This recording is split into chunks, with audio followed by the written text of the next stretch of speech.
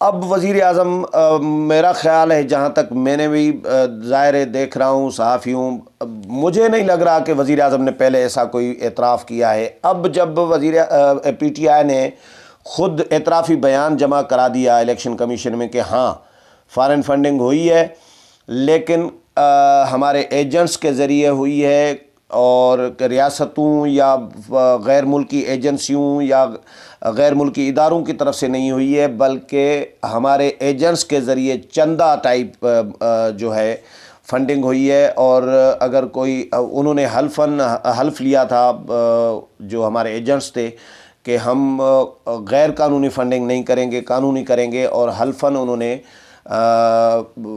یہ فنڈنگ کر کے بھیجی ہے۔ تو یہ پہلی دفعہ اعترافی بیان آیا تھا۔ اب وزیر اعظم خود بھی مان رہے ہیں کہ یس فارن فنڈنگ ہوئی ہے ہمیں، لیکن قانونی ہوئی ہے۔ اب معاملہ فارن فنڈنگ کا ایک کیس تو کلیئر ہو گیا ہے، جب خود ملزم اعتراف کریں کہ یس میں نے قتل کیا ہے یا یہ میں نے جرم کیا ہے، تو اس کے بعد تو عدالت کیسے کہہ سکتی ہے کہ نہیں جی نہیں آپ نے نہیں کیا۔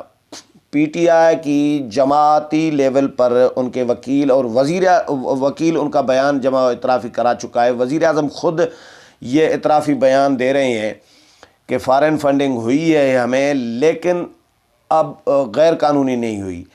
یعنی ایک معاملہ کلیئر ہو گیا کہ فارن فنڈنگ ہوئی ہے، یہ اس پہ بحث اب ختم ہونی چاہیے میرا خیال ہے۔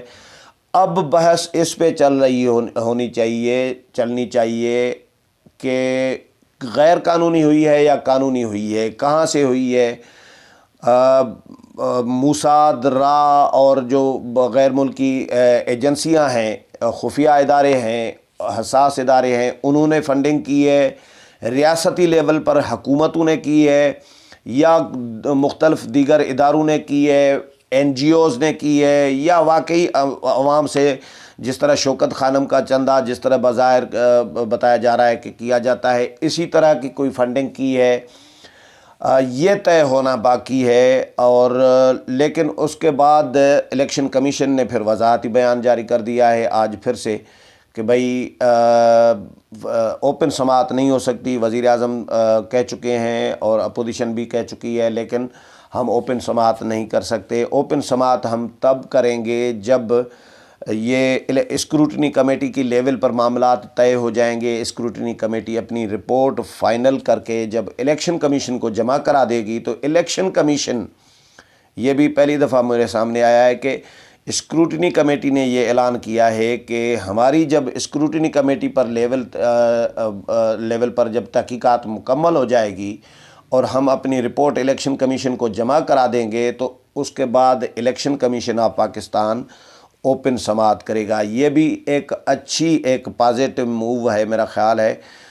لیکن اپوزیشن اس کو کس طرح دیکھتی ہے، اپوزیشن کا ری ایکشن ابھی نہیں آیا، لیکن اپوزیشن تو اپنے موقف پر قائم ہے۔ مدعی جو ہیں اکبر ایس بابر، وہ بھی اپنے موقف پر قائم ہیں کہ اسکروٹنی کمیٹی کے لیول پر جو ہے اوپن سماعت ہونی چاہیے، اور جو تفصیلات ہیں 23 اکاؤنٹس کی، جو پی ٹی آئی کے جن 23 اکاؤنٹس میں فارن فنڈنگ ہوتی رہی ہے، پیسہ ٹرانسفر ہوتا رہا ہے، ملینز آف ڈالرز جو ہیں ٹرانسفر ہوتے رہے ہیں، تو وہ ان اکاؤنٹس کی تفصیلات ہمیں فراہم کی جائے، لیکن اسکروٹنی کمیٹی ان کو تفصیلات فراہم کرنے کے لیے بھی تیار نہیں ہے۔ لیکن آج یہ ایک اضافہ کر دیا ہے وضاحتی بیان میں کہ ہماری رپورٹ، اسکروٹنی کمیٹی کی رپورٹ جمع ہو جانے کے بعد الیکشن کمیشن جب سماعت کرے گا اس کی، تو وہ اوپن ہوگی۔ دیکھیں گے کہ یہ پی ٹی آئی کی طرح الیکشن کمیشن بھی یو ٹرن لیتا ہے یا کیا کرتا ہے، لیکن مجھے ایسا لگ رہا ہے یہ ایک خدشہ ہے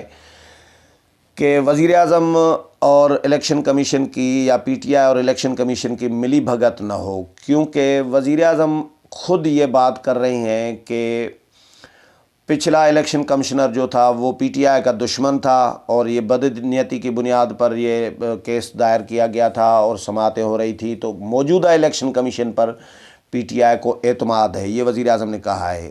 یعنی ملی بھگت مجھے لگ رہا ہے کہ ہو بھی سکتی ہے، کیونکہ وزیر اعظم ایک طرف بیان دے رہے ہیں کہ بھئی اوپن سماعت ہونی چاہیے، الیکشن کمیشن کو کیا پڑی ہے بھئی، جب میاں بیوی راضی تو کیا کرے گا قاضی والا کام. جب اپوزیشن مدعی جو فریادی ہیں اور جو ملزم ہیں سب راضی ہیں ایک بات پہ، ایک نقطے پہ کہ اوپن سماعت ہونی چاہیے، تو الیکشن کمیشن کو مجھے سمجھ میں نہیں آ رہی کہ الیکشن کمیشن کو آخر اعتراض کیا ہے.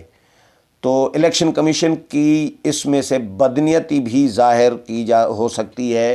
یہ بھی ہو سکتا ہے کہ الیکشن کمیشن، مجھے لگ رہا ہے کہ الیکشن کمیشن کا آنے والے دنوں میں اشر بھی نیب والا ہونے جا رہا ہے. جس طرح الیکشن کمیشن کا رویہ ابھی جس طرح اپوزیشن اور حکومت کے معاملے میں ہو رہا ہے، جو نظر آ رہا ہے دن بدن فارن فنڈنگ کیس کے حوالے سے، آنے والے دنوں میں یہ بھی الیکشن کمیشن بھی، ویسے تو اعتماد تو کبھی بھی الیکشن کمیشن پر کسی کو نہیں رہا، لیکن نیب کی طرح بدنام زمانہ ادارہ نہ بن جائے. الیکشن کمیشن کو اپنی ساکھ پر ظاہر بچانے کے لیے کچھ کرنا پڑے گا. دونوں اگر راضی ہیں، پی ٹی آئی بھی راضی ہے، اپوزیشن کی جماعتیں راضی ہیں، مدعی راضی ہیں، تو میرا خیال ہے اعتراض پھر اوپن سماعت پر نہیں ہونا چاہیے. امید ہے پروگرام پسند آیا ہوگا. اگلے پروگرام میں پھر ملاقات ہوگی. تب تک اجازت چاہتا ہوں. اللہ حافظ.